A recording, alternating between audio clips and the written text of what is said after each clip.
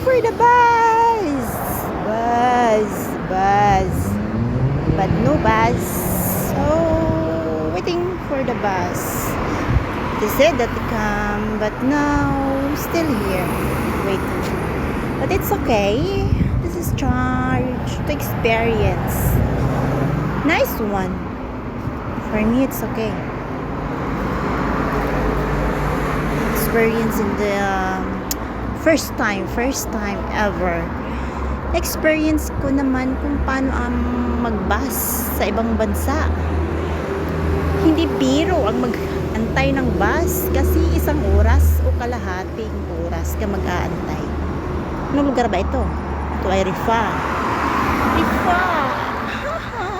Ay, nako.